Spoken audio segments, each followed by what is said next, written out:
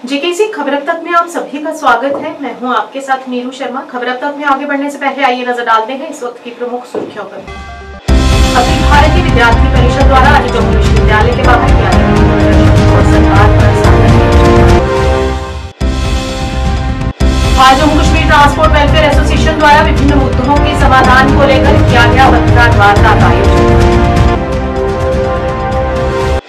भाजपा की महिला मोर्चा विंग द्वारा आज जम्मू में अनुच्छेद 370 को पुनर्जीवित करने के प्रयासों के खिलाफ किया गया विरोध प्रदर्शन और उमर सरकार के खिलाफ की नारेबाजी।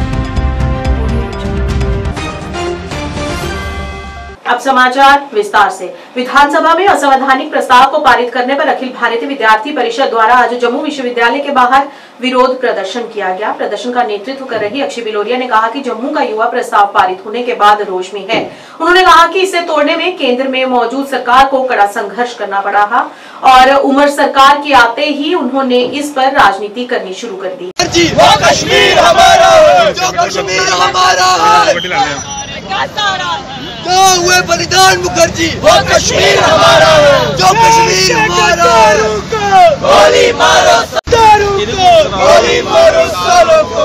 मातरम मातरम वंदे मातरम, मातरम मातरम वंदे मातरम। क्या हुए बलिदान। आज का जो प्रोटेस्ट है वो जिस प्रकार से हमारे असेंबली में जो है धारा 370 को असंवैधानिक रूप से जो है प्रस्ताव को पारित किया गया पुनः 370 लाने के, उसके खिलाफ में है। और जम्मू कश्मीर का युवा जो है इस बिल के प्रति जो है अपना रोष जो है प्रकट करता है, क्योंकि इस बिल को तोड़ने के लिए जो है पूरे जम्मू कश्मीर के युवा ने और विद्यार्थी परिषद ने जो है कड़ी मेहनत की और बहुत वर्षों का संघर्ष इसके पीछे रहा है।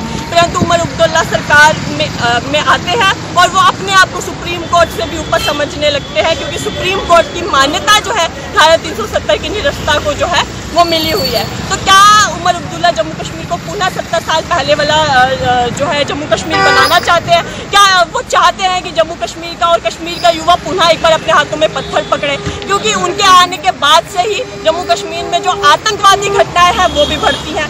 कल जो किश्तवाड़ में हुआ उसका जिम्मेवार कौन है? क्या उमर अब्दुल्ला उसके ऊपर मौन क्यों है अभी तक? क्या उनकी टिप्पणी अभी तक क्यों नहीं है? ये सोचने का विषय है। और जम्मू कश्मीर को पुनः आतंकवाद का गढ़ बनाने की साजिश जो है वो एनसी सरकार कर रही है। और धारा 370 को तोड़ने के लिए हम लोगों ने अपना खून बहाया है, जम्मू कश्मीर की जनता ने अपना समर्थन दिया है और उनकी ये नाकाम कोशिश जो है वो कर रहे हैं जम्मू कश्मीर में धारा 370 की काला कानून लाने की, वो कानून हम जो है बिल्कुल भी यहाँ पे चलने नहीं देंगे। और धारा 370 जो टूटी हुई है उसका समर्थन हम करते हैं। धारा 370 हमें वापस नहीं चाहिए। आज Jammu Kashmir transport welfare association के अध्यक्ष सरदार करण सिंह वजीर, अध्यक्ष विजय सिंह चिब और अन्य सदस्यों की मौजूदगी में पत्रकार वार्ता आयोजित की गई। अपने संबोधन में उन्होंने जम्मू और कश्मीर के परिवहन क्षेत्र को प्रभावित करने वाले कई महत्वपूर्ण मुद्दों को उजागर करते हुए अपनी मांगे प्रशासन के समक्ष रखी। उन्होंने संबंधित अन्य भी कई मुद्दों पर प्रकाश डाला। कि मेरे को चेयरमैन नियुक्त किया गया है, अभी तक हम उनसे मुलाकात नहीं कर पाए थे, तो ये आने वाले दिनों में हम और प्रोग्राम्स करेंगे और उनके साथ और टाइम हम बिताएंगे ताकि हम उनकी मुश्किलें हर ट्रांसपोर्टर की, चाहे वो एक ड्राइवर है, ओनर है, ट्रक वाला है, ऑटो वाला है, बस वाला है, टेम्पो वाला है, हम हर किसी का इशू लेके एक मेमोरेंडम बनाएंगे। और आने वाले वक्त में हमने ट्रांसपोर्ट मिनिस्टर से भी टाइम लिया हुआ है और हम चीफ मिनिस्टर उमर अब्दुल्ला साहब से भी मिलने की कोशिश करेंगे और उनको ये मुद्दे जो हैं उनके पास रखेंगे।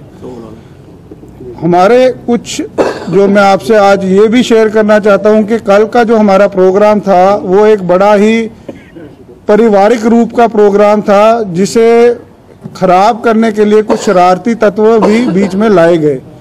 मैं ये कहना चाहता हूं कि हमने एडमिनिस्ट्रेशन से गुहार भी लाई थी और हमने आज एक रिटर्न एप्लीकेशन भी दी है, जो कि आप देख सकते हैं। इस एप्लीकेशन को हमने SHO गांधीनगर को दिया है और हमने ये बताया है कि आप मीडिया जो एक विटनेस थी उस प्रोग्राम की, उस प्रोग्राम में इन लोगों ने आके भंग डाली, उसको खराब करने की पूरी कोशिश की, जबकि ये एक प्रोग्राम पारिवारिक रूप का प्रोग्राम था जिसमें हम ट्रांसपोर्टर्स की समस्याओं के हल के बारे में उनसे गुफ्तगू करना चाहते थे। इस मसले में हमने ये एप्लीकेशन मूव की है और हम चाहते हैं कि जम्मू कश्मीर पुलिस इस एप्लीकेशन के राही एक FIR दर्ज करे और इन लोगों के ऊपर पूरी कार्रवाई होनी चाहिए, क्योंकि इन लोगों का जो मंशा है वो ट्रांसपोर्ट की वेलफेयर की नहीं लगती है। क्योंकि जो सवाल जवाब उठाए जा रहे हैं, हम चाहते हैं कि ये ट्रांसपोर्ट की जो एसोसिएशन की टीम है उनके साथ बैठ के अपनी जो बात है वो बात करी जाए। ऐसे उल्लंघना करनी और एक शोर शराबा करने का कोई तरीका नहीं है। हम बैठ के जो बात है वो बात हम कर सकते हैं। इस जो भी इश्यूज हैं उसके ऊपर हम बात करने का हम पूरा वक्त भी देंगे और उन्हें टाइम भी देंगे कि वो हमारे साथ बैठें, बात करें। आज हमारे प्रधान साहब विजय सिंह चिप जी आगे आपको बताएंगे कि ये मांगे अभी हमने रखी हैं, हम इन पे फाइट करेंगे। कल आपने देखा कई लोग बोल रहे हैं कि वो जुवा राजपूत सभा के हैप्पी जी जुवा राजपूत सभा के बुलाए हुए नहीं थे। हैप्पी जी हमारे शम ग्रुप में उसकी 5 से 7 बसें हैं, वो वाइस प्रेसिडेंट है वहाँ। वो कहीं ये मत कोई सोचे कि हैप्पी जी वो जुवा राजपूत सभा की तरफ से आए थे, वो एज ए ट्रांसपोर्टर हैं हमारे और उसके नाम की बसें हैं। और रही बात आगे की जो रणनीति है वो मैं आपके आगे क्योंकि स्पष्ट करना चाहता हूँ। मैंने कल भी कहा था, हम लड़ाई लड़ते हैं ट्रांसपोर्टरों के लिए और आगे जो हमारा आंदोलन है थ्रू चैनल, जैसे हम पहले सरकार को टाइम देते हैं, अपनी मांगे जो हमारी जम्मू कश्मीर की जो मांगे हमारी हैं वो हम एक मेमोरेंडम तैयार करेंगे और मेमोरेंडम लेके हम आगे सरकार तक पहुंचाएंगे। हाँ, आगे सरकार का जो काम होता है जैसे वो हमें टाइम दिया जाता है उसी ढंग से हम चलेंगे। क्योंकि मैं ये भी कहूँगा कि हम ई बसों के खिलाफ नहीं थे, हम ई रिक्शा के खिलाफ नहीं थे। हम गवर्नमेंट की अगर पॉलिसी आई थी उसमें पॉलिसी बनी। ई बस जो है वो भी एक ग्रुप है, जैसे हमारे ग्रुप्स हैं, टाइम टेबल से गाड़ियां चलती हैं, कहाँ एंग्री रूट्स हैं, कहाँ जरूरत है वहाँ गाड़ी चलाएं। और इसी के साथ में खासकर ये जो हमारी बाकी की डिमांड्स हैं, एक हमारी बहुत बड़ी डिमांड्स जो है, आप देखिए जब ये हमारे चेयरमैन साहब बने थे, एक 10,000 रुपया हमारी एक फीस होती थी, उसमें परमिट फी 10,000 20 गुना बढ़ा के उसको 3 लाख करा गया, 1.5 लाख करा गया, 2.5 लाख करा गया। तो हमारी अपील रहेगी सरकार से, क्योंकि जब ये वो एक प्रपोजल तैयार हुआ था उसमें सरकार ने उसमें एक प्रपोजल रखा गया था कि अगर 10,000 रुपये वाली फीस है हम कभी भी इसको घटा भी सकते हैं और बढ़ा भी सकते हैं। तो हमारी अपील रहेगी वो जो फीस है उसमें ऑल इंडिया परमिट्स है, उसमें टेम्पो ट्रैवल जितनी हमारी कंट्रैक्ट कैरेज हैं उसकी फीस आप देखिए 10,000 से 1.5 लाख, कितने गुना वो बड़ी। जो 20,000 थी उसकी 2.5 लाख 3 लाख रुपए। तो हमारी ये जो 5-6 मांगे हैं हम इसको लेके टोल प्लाजा खासकर, जैसा कल भी कहा गया कि कहीं 300 है, कहीं 600 है, तो एक ही तरह का वो होना चाहिए।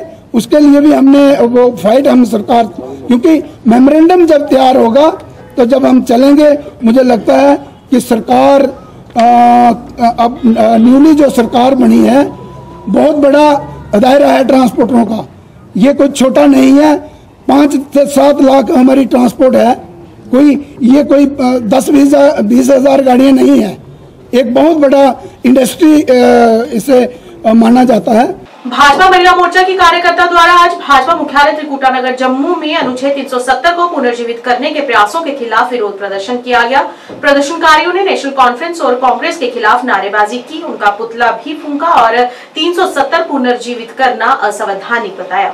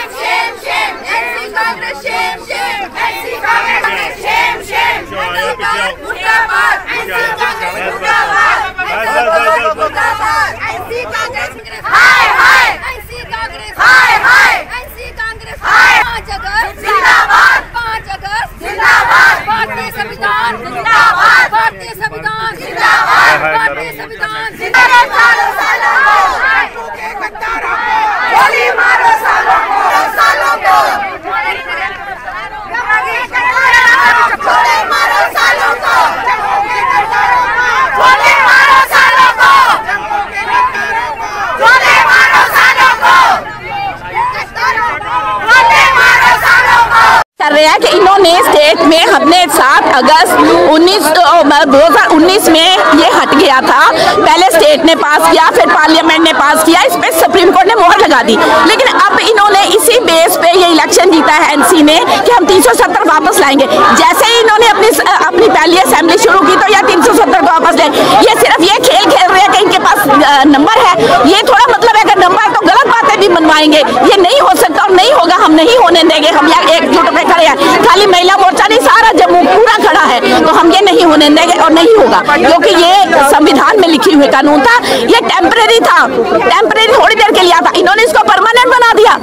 भाजपा प्रदेश उपाध्यक्ष, जैसे आप सब ने देखा है कि एनसी ने 10 साल के बाद जब ये चुनाव हुए हैं, उन्होंने आते ही धारा 370 का मुद्दा असेंबली में ले आए थे। और भाई आपने बात करनी थी तो डेवलपमेंट पे बात करनी थी, आपने बात करनी थी तो बेरोजगारी पे बात करनी थी।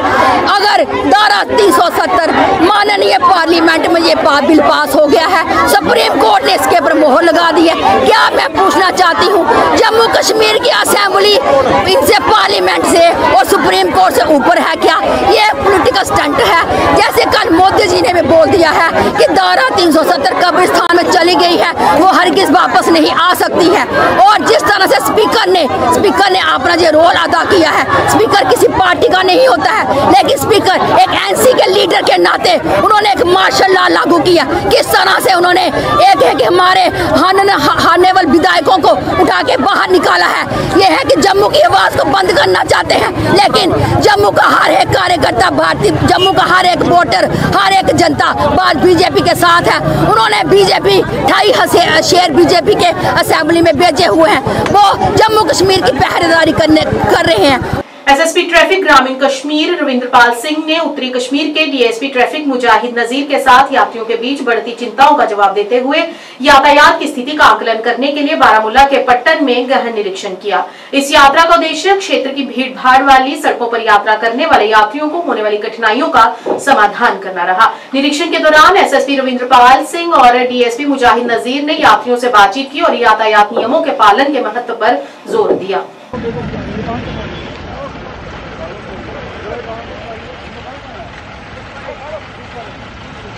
तो आपकी फिटनेस क्यों नहीं है मुझे बताओ ना। तो आप फिटनेस पे बात सुनो भाई, फिटनेस के बगैर आप गाड़ी चला रहे हो, विदाउट फिटनेस आप गाड़ी चला रहे हो। और मुझे बताओ कि जो इस वाले जो बैठी हुई है वो इनकी जान मुझे बताओ ना, इनकी जान का खतरा नहीं है क्या? मैकेनिकल डिफेक्ट नहीं हो सकता क्या? ये गाड़ी कहीं पे भी टूट सकती है। तो आप लोग क्यों इतना वो ज्ञान के बारे से चल रहे हो? आप तो पुराने ड्राइवर हो। Without fitness you can not come on the road. आप रोड पे कभी भी नहीं आ सकते और इनकी जानों को भी जोखिम में डाल। आपको फिटनेस जो है वो पूरी लाजमी है, वेरी इंपॉर्टेंट इंग्रेडिएंट क्योंकि आपको रखना ही रखना है। ये this is driver for the season, this vehicle driver for the season. तो उसके साथ अपना लाइसेंस करो, डॉक्यूमेंट रखो और हर वेहिकल चलते आपको कोई यहाँ पे सकता नहीं आपको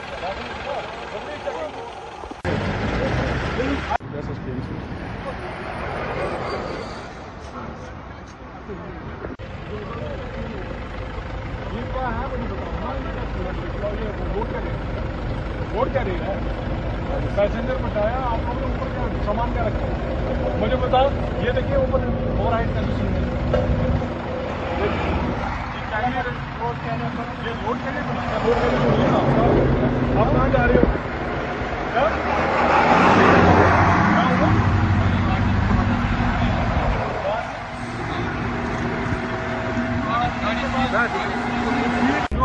जो स्टूडेंट है ना, इनको अपने कॉलेज तक पहुँचाएंगे, फिर बाद में इनको सीज करिए गाड़ी को, ताकि उनका एग्जाम भी ना खराब। हमारी जो ड्राइव्स हैं वो बेसिकली इसी के लिए, ताकि वो इंटेंसिटी ऑफ जो एक्सीडेंट्स हैं उनका रोकथाम हो और हम लोग एक अवेयर भी करें लोगों को कि उनकी जिम्मेदारी क्या है। जो भी मोटर व्हीकल एक्ट के तहत जितने भी कानून हैं उसको उनका पालन करना, उनकी उल्लंघना ना करना और they have to follow strictly.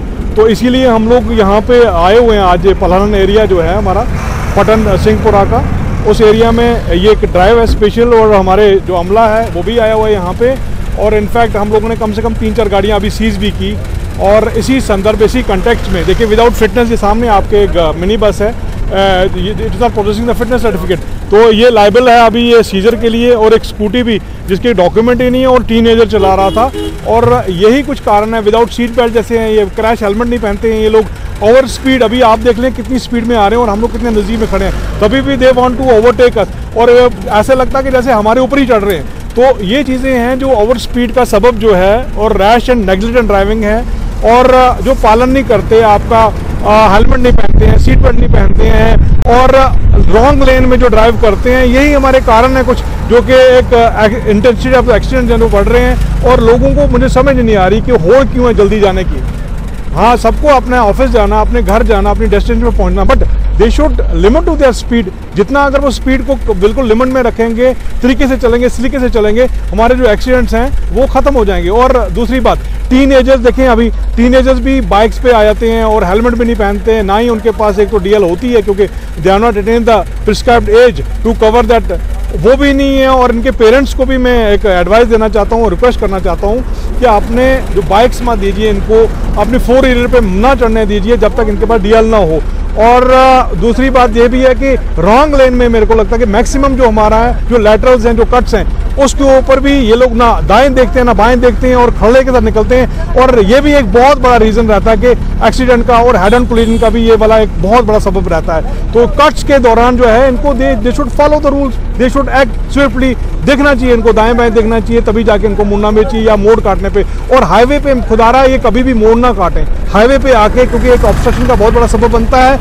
और इसके लिए आप लोग जहाँ पे भी आपको लगता है कि हम लोग कट कर सकते हैं, वहाँ पे कट करिए। कम कुछ 17-18 जो लड़के थे वो जो इन्वॉल्व थे, उनको भी हम लोगों ने बुलाया, काउंसिल किया। In fact we have taken the action also as per the provision of motor vehicle act, और अकॉर्डिंगली हम लोगों ने उनको काउंसिल भी किया। इनफैक्ट कई जगहों पे तो हम लोग उनके पेरेंट्स भी बुलाए हैं, और मेरी आपके माध्यम से ये उनको एडवाइस भी है और डायरेक्शंस भी हैं कि they should not come to the road for making the stunts, because ये एक्साइटमेंट में आके उनकी जान भी जा सकती है। इनफैक्ट वो सोशल मीडिया पे भी अपलोड करते हैं, और उसके साथ साथ जो दूसरे टीनेजर्स हैं वो भी एक्साइटमेंट में आके यही काम करना चाहते हैं। तो मेरी एक उनसे एडवाइस है कि आप लोगों को बख्शा नहीं जाएगा, whosoever is involved in the stunt making, और आने वाले जो दिनों में even in fact their parents are also liable for the punishment and they can also be put behind the bars।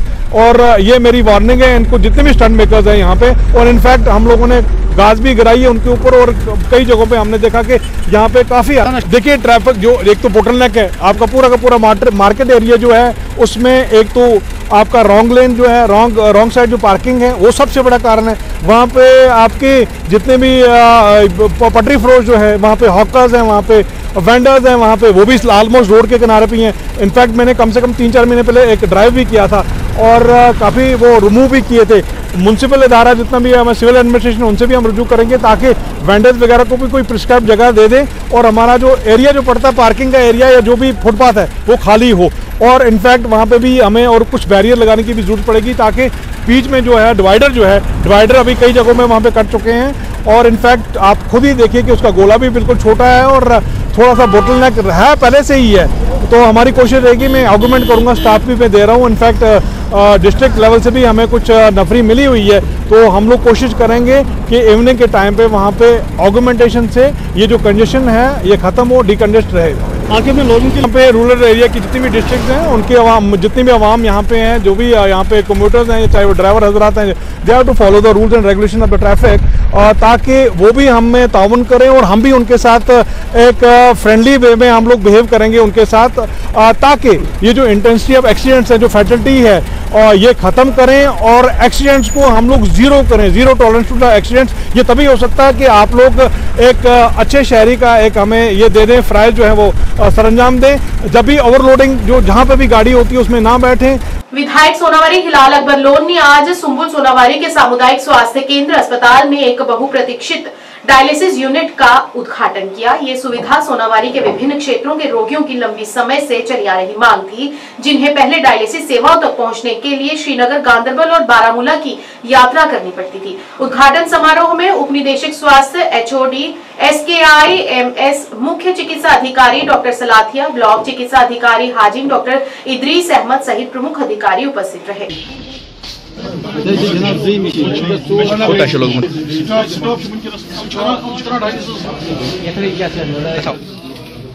हाँ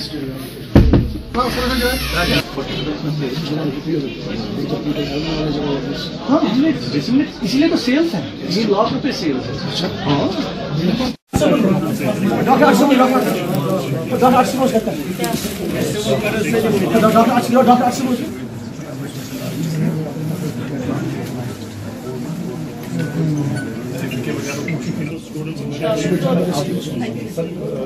800 can help us. Those sisters, they help.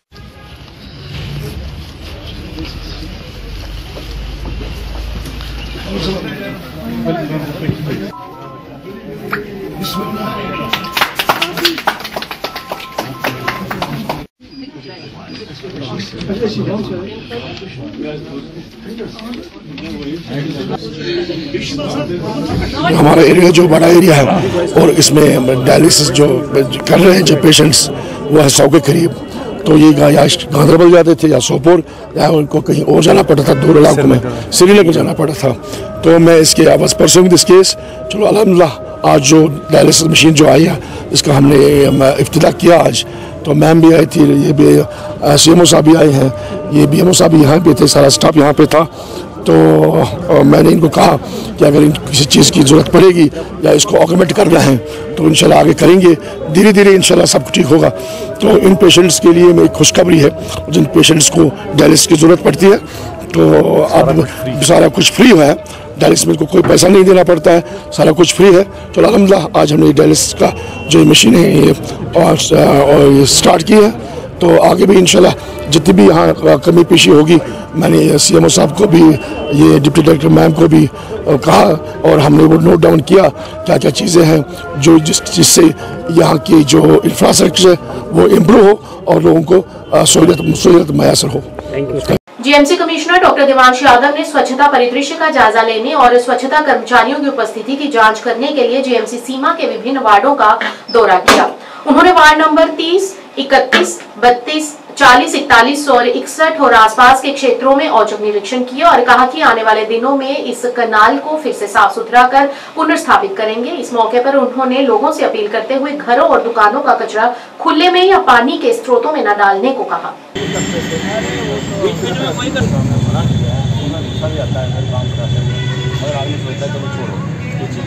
फिर हम क्या करते हैं, रेडी से निकाल के बाहर लाते हैं, फिर जैसे कि हम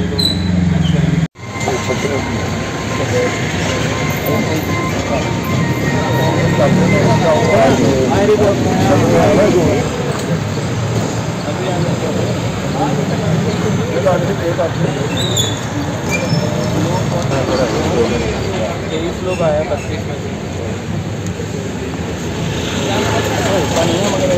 होता नहीं क्या भाई, मैं जिस दिन आया हूँ उसी दिन नहीं होता है।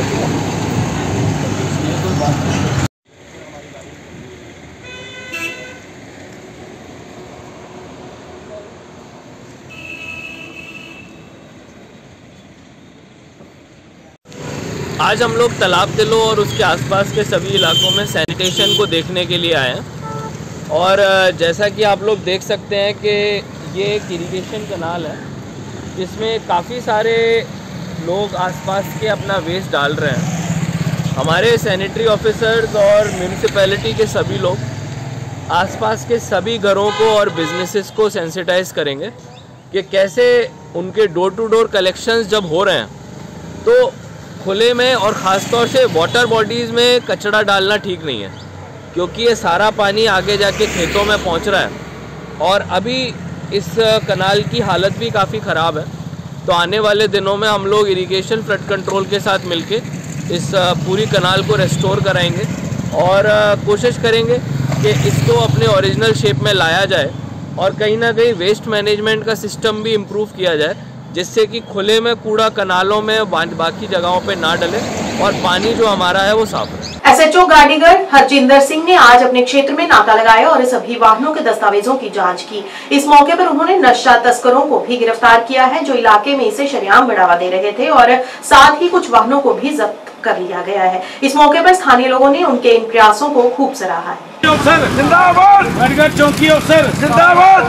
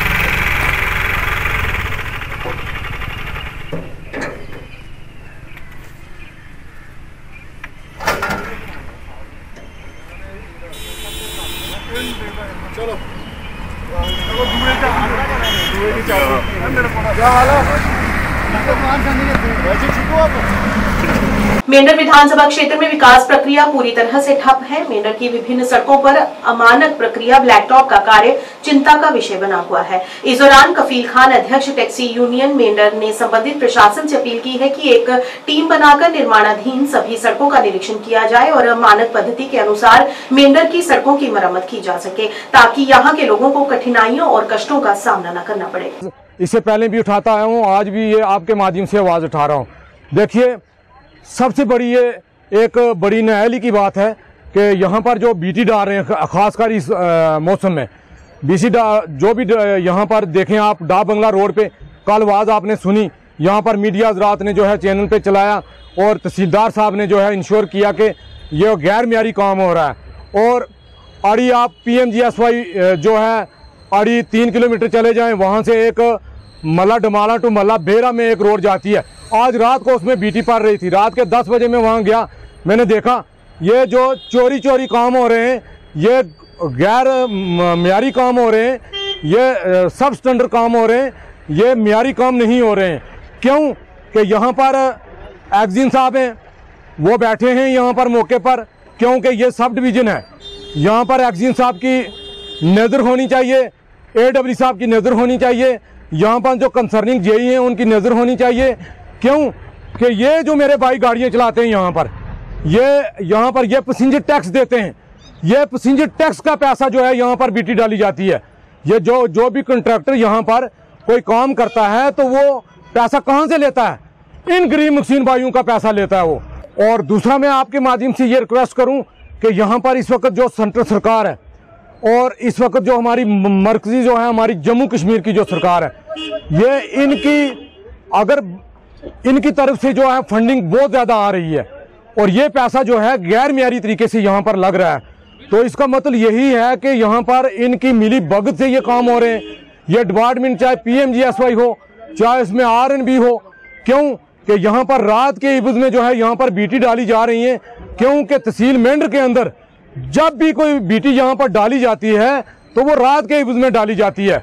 ये जिस वक्त जून जुलाई की सही गर्मियाँ होती हैं और ये बिल्कुल काम ही नहीं करते हैं। लास्ट एंडिंग में जिस वक्त देखते हैं कि साल का लास्ट एंडिंग का महीना 12वां आ गया तो हमने कैसे पैसा जो है खुर्द बुर्द करना है, तो उस पैसे को यहाँ से खुर्द बुर्द किया जाता है। दूसरा, मैं आपको बताऊं कि यहाँ पर खासकर डिपार्टमेंट से हम जब भी कोई कंप्लेंट करते हैं कि यहाँ पर जो है खासकर जो है जो भी काम यहाँ पर हो रहे हैं ये गैर मियारी तरीके से हो रहे हैं, तो आप इनके ऊपर एक्शन करें। कोई डिपार्टमेंट वाले जो है वो सुनने के लिए तैयार नहीं होता है। जो यहाँ पर कंट्रैक्टर जो हैं बाहर से, मैं कहता हूँ सुरनकोट पुंछ से और आगे हरियाणा पंजाब से या जम्मू से, यहाँ मेंढर में यहाँ पर इन्होंने एक जो है यहाँ पर एक सिस्टम बनाया हुआ है, यहाँ पर एक सदाबहारी फल बनाया हुआ है इन लोगों ने कि आए और पैसे लूट घुसूट की और निकाले डिपार्टमेंट के साथ मिलकर तो चले गए यहाँ से। लिहाजा मैं आपके माध्यम से मैं DC पुंछ विकास कुंडल साहब हैं और SDM मेंढर हैं, तहसीलदार मेंढर हैं, मैं तहसीलदार साहब को ये मुबारक देता हूँ कि जिन्होंने इमीडिएट जो है इनिशिएटिव लिया यहाँ पर जो है ये डाक बंगला की रोड का। और डाक बंगला की रोड 3 दिन ही हुए बीटी डाले हुए तो वो नीचे से मिट्टी निकल आई। और मैं कहता हूँ यहाँ पर जितनी भी यहाँ पर बीटी डाली जा रही हैं और जितना भी यहाँ पर काम हो जा रहा है उस पर इमीडिएट जो है एक्जिन साहब यहाँ पर बैठे हुए वो उन पर फिर फोर जो है एक्शन करें और AW साहब हैं उन पर एक्शन करें कि ये हमारे लोगों का पैसा जो है ये क्यों गैर मियारी तरीके से यहाँ पर। और देखिए ये यहाँ पर जो हमारे एक्जिन साहब थे या AW साहब हैं या JE साहब हैं, यहाँ पर जो भी काम करवाने जिन्होंने काम लेना है, इन ठेकेदारों से काम किसने लेना है? यहाँ पर डिपार्टमेंट वालों ने लेना है, हमने थोड़ा लेना है। यहाँ पर अगर ये ठेकेदार काम करते हैं तो मौके पर जाएं, देखें वहाँ पर क्या काम सही हो रहा है या गलत हो रहा है। मैं आपके माध्यम से ये रिक्वेस्ट करूंगा डिपार्टमेंट को। बारामूला के ऐतिहासिक शौकत अली इंडोर स्टेडियम में 6 और 7 नवंबर को बहुप्रतीक्षित बारामूला वुशु चैंपियनशिप 2024 के दौरान बड़ी और रोमांचक भीड़ देखी गई। वुशु चैंपियनशिप का समापन समारोह 7 नवंबर को बारामूला जिला वुशु एसोसिएशन द्वारा भारतीय सेना के प्रतिष्ठित डैगर डिवीजन के सहयोग से आयोजित किया गया था। इस कार्यक्रम में भारी प्रतिक्रिया देखी गई, जिसमें पूरे क्षेत्र के स्थानीय समुदायों, स्कूलों और क्लबों से 328 प्रतिभागी शामिल हुए। 2 दिवसीय चैंपियनशिप में पुरुष और महिला दोनों स्पर्धाओं में 5 से 25 वर्ष की आयु के प्रतिभागियों ने भाग लिया, जिससे इस आयोजन की समावेशी प्रकृति का प्रदर्शन हुआ।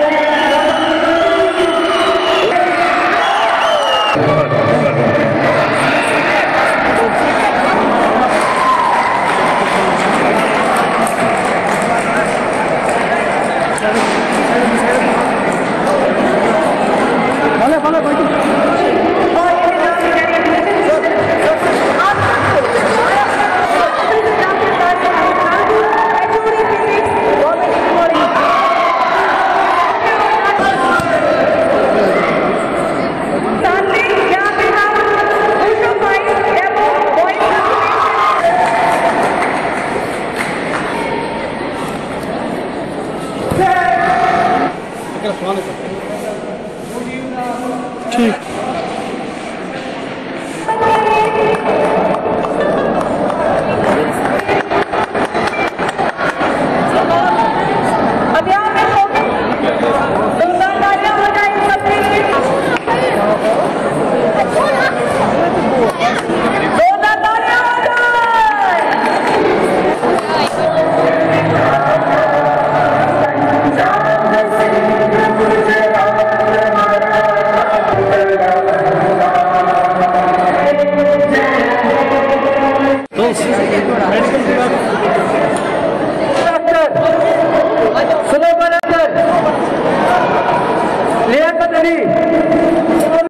अस्सलाम वालेकुम वरहमतुल्लाहि वबरकातुहू। मेरा नाम तबस्सुम अख्तर है। मैं वुशु की डिस्ट्रिक्ट जनरल सेक्रेटरी हूँ। मैं पहले आपको ये बताऊं कि मेरी जो दी थी मेरी रबीना अख्तर, वो पहले ये चलाती थी डिस्ट्रिक्ट वुशु एसोसिएशन। उसका इंतकाल हो गया लास्ट ईयर 10 मार्च को। अगर अभी मैं खड़ी हूँ खाली मैं उसकी वजह से खड़ी हूँ। उसका जो मिशन था वो मैं आगे ले जाना चाहती हूँ। अभी उसका बहुत ही ड्रीम बड़ा था ताकि वो बच्चों को national international level Olympic level तक पहुँचाए। अब उसका जो मेन मोटिव था वो यही था कि बच्चों को आगे लेवल तक पहुँचाए। अब वो उसका जो ड्रीम है अब वो मैं पूरा करने जा रही हूँ। और जो मेरे मिस्टर कुलदीप होंडो सर है जो द्रोणाचार्य अवार्डी है, इंडियन चीफ कोच है, मैं उसकी भी थैंकफुल हूँ बहुत ज़्यादा, ताकि उसने दी को भी बहुत ही ज़्यादा वुशु में सपोर्ट किया और मुझे भी वो अभी सपोर्ट कर रहे हैं। उसकी वजह से मैं अभी डिस्ट्रिक्ट बारामूला में चला रही हूँ वुशु।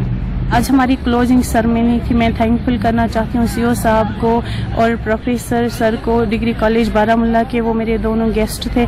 उनकी मैं बहुत ही थैंकफुल हूँ जो मेरे कंपटीशन में गेस्ट्स थे। यार अबाउट 300 प्लस पार्टिसिपेंट्स थे मेरे डिफरेंट स्कूल्स और डिफरेंट क्लब से।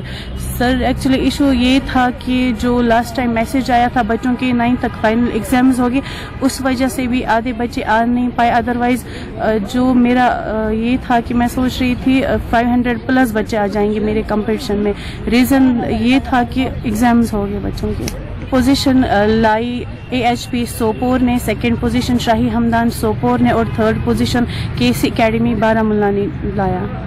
मैं यूथ को मैं पूरे यूथ को ये मैसेज देना चाहती हूँ, वो जो ड्रग्स में मुलव्वस है मैं चाहती हूँ वो स्पोर्ट्स में आ जाए ताकि वो ड्रग्स से दूर रहे। आजकल की हम जो लड़कियाँ देखती है उनमें बहुत डिप्रेशन है, अगर वो स्पोर्ट्स में आ जाएंगे तो मे भी उनका डिप्रेशन दूर हो जाएगा। आजकल हमारे जो बाहर पहले होता था कंट्रीज में, आज वो हमारे कश्मीर में होता है। लड़कियाँ सुसाइड करती है, लड़के ड्रग्स करते हैं। पहले कश्मीर में ये तो कभी नहीं था। खबर अब तक के आज के इस अंक में इतना ही। नया अंक लेकर फिर हाजिर होंगे, तब तक के लिए दीजिए इजाजत। नमस्कार।